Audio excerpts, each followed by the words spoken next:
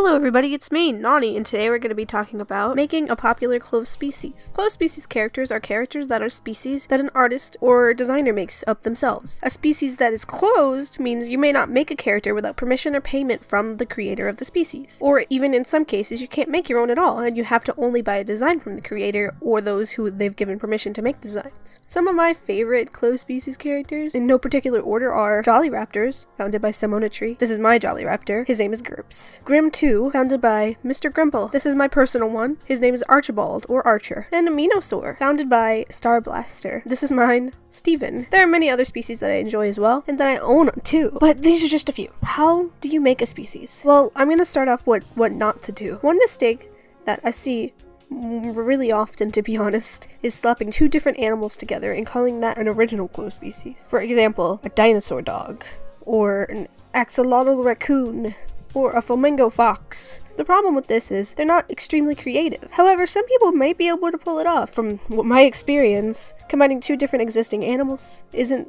the most creative way you can go, and it can even get you into trouble with the closed species community. However, a lot of the time I see species that are simplistic, such as these examples that I showed, as open species, which I can get into in another video if you'd like me to. Some things about species are completely overused at this point and beaten into the ground, such as animal plus an object. Popular examples consist of fox fan. It's a fox with a tail that is a fan. Water dog. It's a dog that's partly made of water, sand, or clay. Stuff like that. And a Cinedog, which is a fluffy anthropomorphic dog themed after dessert, or that's made of dessert. I don't know.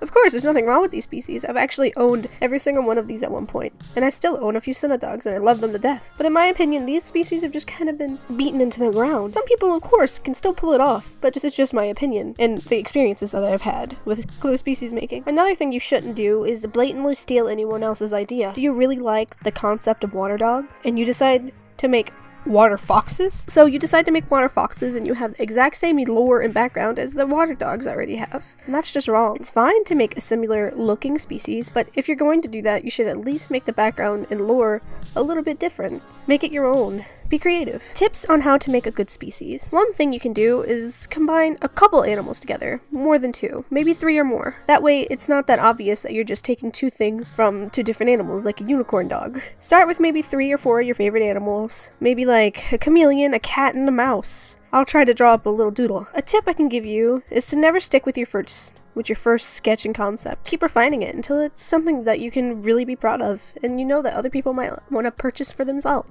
Remember that closed species characters aren't going to be given to other people or sold to other people, and they have to be something that you know that a person might want to have to grow upon and keep in their, like, OC family. References aren't bad. Sometimes real-life animals aren't quite enough, though. It's completely okay to reference other things like fairies, dragons, Pokemon, monsters, or anything. Don't be afraid to go out of your comfort zone. Another big thing that you need to do when you're making a closed species is having a good backstory. Almost all popular species have creative backstories. After designing your species, don't just jump right in making a DeviantArt group. You should probably have a creative lore to help people understand the species better. The lore of your species can be the deciding factor whether or not somebody wants to purchase your design. Some things that you might need for a good backstory include: where is the species from?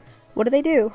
Who was the first of its kind? What size are they? Etc. Those are just some little tips on how to make popular closed species, at least in my opinion. As I've said in the past, I've been trying to do more talky videos, with more videos like this, and story times maybe. Would you like me to make a video about make your own characters? Or open species? Or maybe you'd like me to go into further detail about closed species, like making a closed species reference sheet with traits and things. Let me know if you have any ideas. Anyway, I hope you have a fantastic day, and goodbye.